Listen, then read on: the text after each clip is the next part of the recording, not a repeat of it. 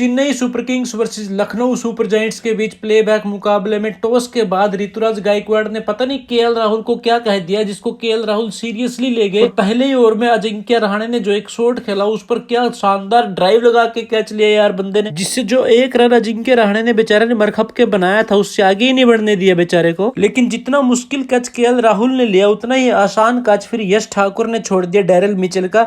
सही किया भाई, थोड़ी देर और खेलने को मिलेगा, इस पर आंख मारते हुए नजर आए डैरेल मिचेल। उसके बाद रवि बिश्नोई की गेंद पर हेनरी ने ऋतुराज गायकवाड़ का कैच छोड़ दिया। डैरेल मिचेल वाले छोड़े गए कैच की तो यश ठाकुर ने फिर भी रिकवरी करा दी जब उन्होंने एक शॉट खेला उनकी बॉल पर, और दीपक हुड्डा ने क्या शानदार कैच लिया है और उनका 11 रन बनाया डैरेल मिचेल ने और वो पवेलियन चले गए। लेकिन ऋतुराज गायकवाड़ वाला कैच एक्सपेंसिव हो गया जब उन्होंने 28 गेंदों में ही अपना अर्धशतक कंप्लीट कर लिया। रविंद्र जडेजा कुछ खास नहीं कर पाए, शुरू से ही अनकंफर्ट लग रहे थे और उन्होंने एक शॉट खेला जो बल्ले का बाहरी किनारा लेकर आसान सा कैच राहुल के हाथों में चला गया और 19 गेंदें खेली रविंद्र जडेजा ने 16 रन बनाने के लिए। मुश्किल में डूबे अब चेन्नई सुपर किंग्स को दुबे का सहारा था, लेकिन दुबे ने चेन्नई सुपर किंग्स को डूबने नहीं दी और क्या बेहतरीन पार्टनरशिप की ऋतुराज गायकवाड़ के साथ मिलकर। वहीं गायकवाड़ ने भी अपना 100 कंप्लीट करके वर्ल्ड कप का दरवाजा खटखटा दिया और सिलेक्टर्स की परेशानियों को बढ़ा दिया। दुबे ने तो सिलेक्टर्स और हार्दिक पांड्या दोनों की परेशानियों को शुरू से ही बढ़ा रखा है। इस बार भी उन्होंने तेज तरार अर्धशतक कंप्लीट किया, लेकिन उसके बाद रन आउट हो गए एक टाइट सिंगल लेते हुए लास्ट ओवर में। लेकिन आउट होने से पहले 27 गेंदों में 66 रन की पारी शिवम दुबे ने खेली और उसके बाद लास्ट बॉल पर महेंद्र सिंह धोनी ने चौका जड़कर चेन्नई का टोटल स्कोर 210 रन तक पहुंचा दिया, जिसके जवाब में लखनऊ की शुरुआत बिल्कुल भी अच्छी नहीं रही क्योंकि पहले ओवर में दीपक चहर ने क्विंटन डिकॉक को क्लीन बोल्ड कर दिया और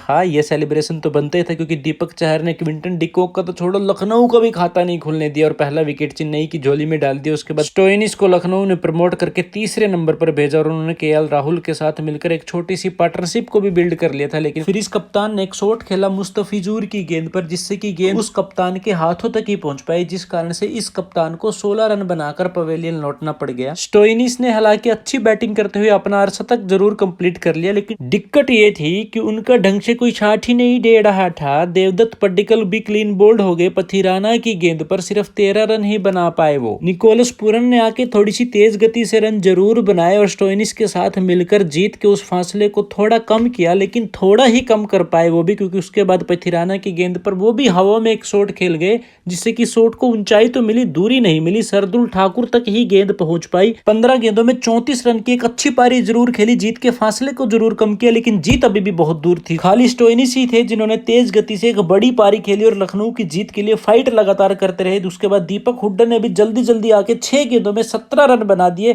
जिससे कि रिक्वायर रन भी 6 गेंदों में 17 ही हो गया। और जब 4 गेंदों में 2 रन चाहिए थे, स्टोइनिस ने शानदार चौका जड़कर लखनऊ को जीत दिला दी और कुछ इस तरीके से सेलिब्रेशन करते हुए नजर आए। और सेलिब्रेशन तो बनता भी था क्योंकि अकेले ही ऐसे खिलाड़ी थे जो अंत तक डटे रहे और अपनी टीम को जितवा कर लेकर आए। मैंने कहा था ना मेरे को टी-शर्ट नंबर पर भेज दो, जितवा के लेके आऊंगा। 6 विकेट से लखनऊ ने यह मैच जीतकर चेन्नई को दूसरे मुकाबले में भी लगातार हरा दिया। So congratulations to Lucknow and wish you all the very best.